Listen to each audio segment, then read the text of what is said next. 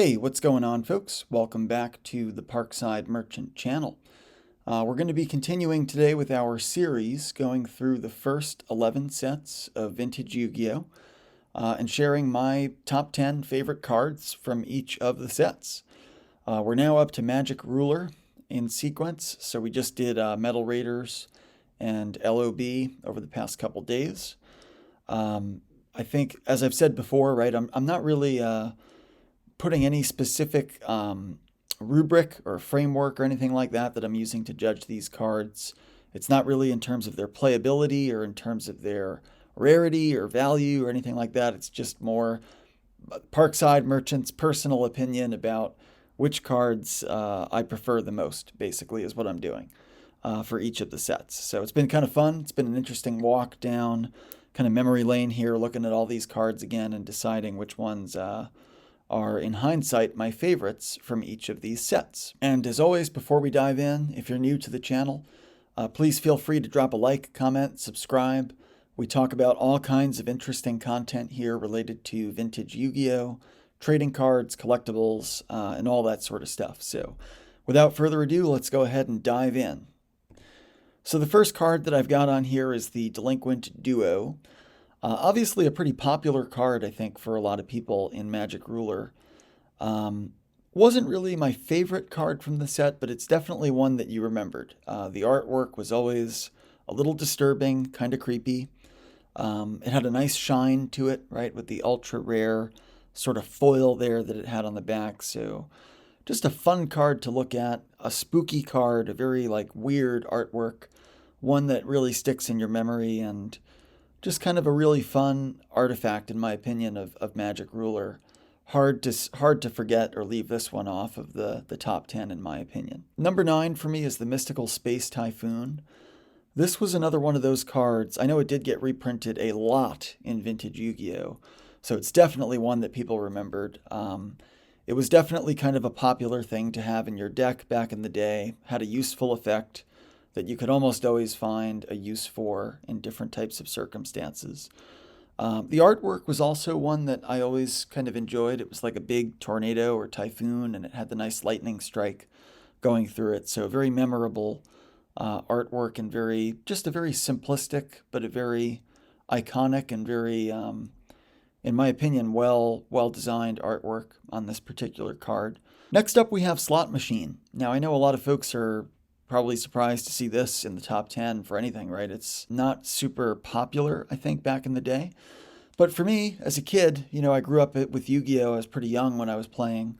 I was always very impressed and very struck by the very high stat cards. Pretty high stats, 2,000 attack, 2,300 defense. This was a Bandit Keith card, one of the villain cards from the series. So it had that sort of element going in its favor. And I think all those things together just made it a very interesting and just a very iconic card for me, something that I always enjoyed looking at as a kid.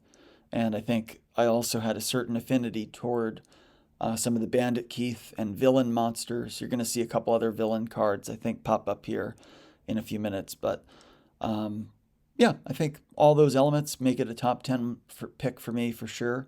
Next up, we've got another, I believe this was another super short print with Jigen Bakudon, also known as the Bakudon Detonator, which I believe is how Pegasus refers to it. This is actually a more common card. This was reprinted, I think, in the starter deck Pegasus, so if that's why it looks so familiar, that's probably why.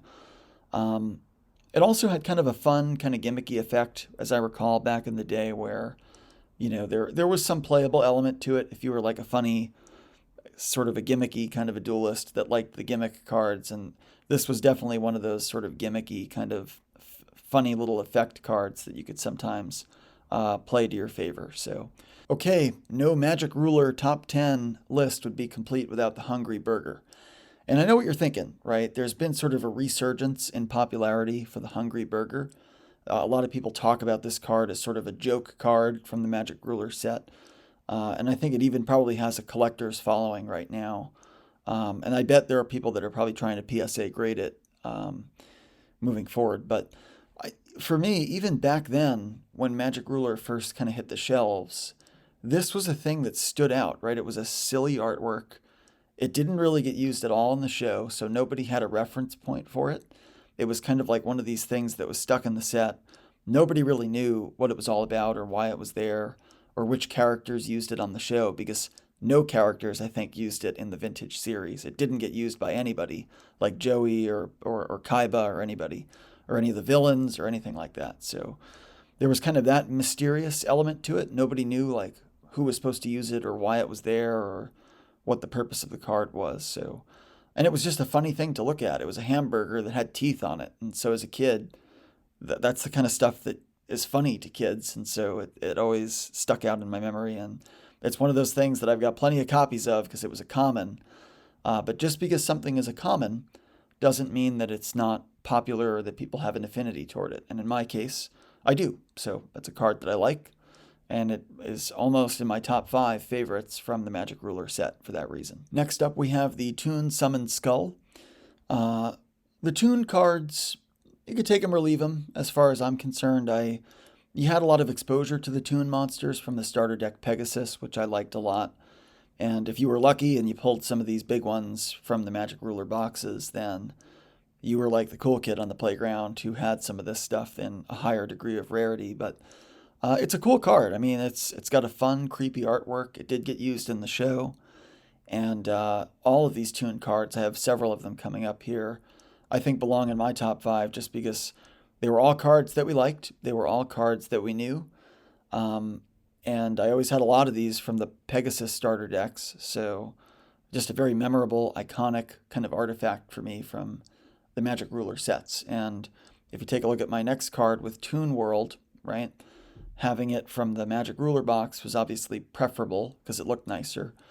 And it had a higher degree of rarity to it. But fun card, right? I mean, the whole Toon saga from the entire first season there were a couple of very big duels against Pegasus where he was using those against mainstay characters. They've got that villain element going for them, and they were just interesting, right? It was fun to see some of the big staple monsters like Summoned Skull, the Blue Eyes White Dragon, and other creatures get manifested in the Toon format, which was kind of fun. My number 3 is Relinquished, another Pegasus card here. This was, again, from a big couple of duels against Yugioh towards the end of Season 1 that I think made these couple of cards here just very iconic, very memorable for me.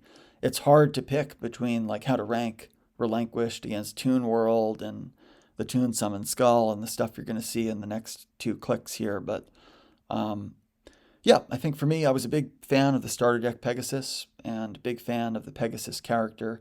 This was kind of the banner monster of the starter deck Pegasus. And so naturally, for me, it was also something that I was interested in from the Magic Ruler set as well. If we take a look at number 2, you may be surprised to see this. A lot of people are not really big fans of the Serpent Knight Dragon, just because it was a card that didn't really get a ton of use in the show, wasn't really all that playable for most people.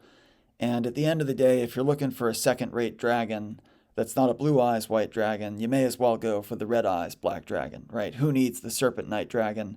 If you could take the Red Eyes or you could take the Tri-Horn Dragon from LOB, right? This thing was always kind of an afterthought, I think, for most people.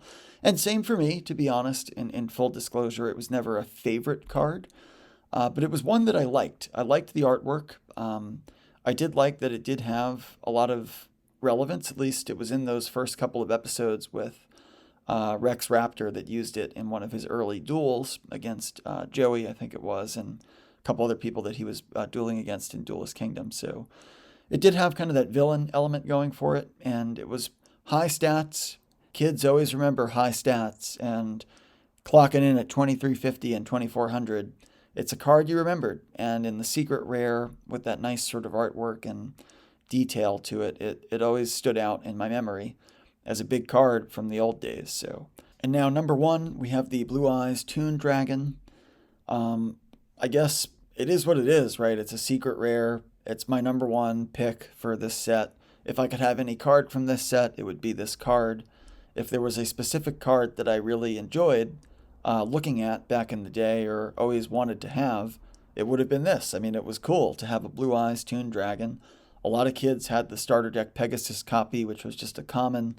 And if you had this thing, you were like the real cool kid on the playground. So there was just a lot going for it. Villain card. It was a Blue Eyes variant, which is always good to have. Everybody loves the Blue Eyes White Dragon. And it got used in the show, and it had nice stats and all that sort of good stuff. So it has a lot going for it. The artwork looks really cool, in my opinion, as a secret rare. It's got a nice sort of a shimmer to it. So all that stuff plays to its favor and lands it in the #1 spot for my favorite cards from Magic Ruler. So that's all for this video, folks. I hope you enjoyed it. Let me know in the comments, what did I leave out? How would you rank things differently? What did you think of my ranking? As always, thanks for watching. This is the Parkside Merchants channel, and we'll see you next time.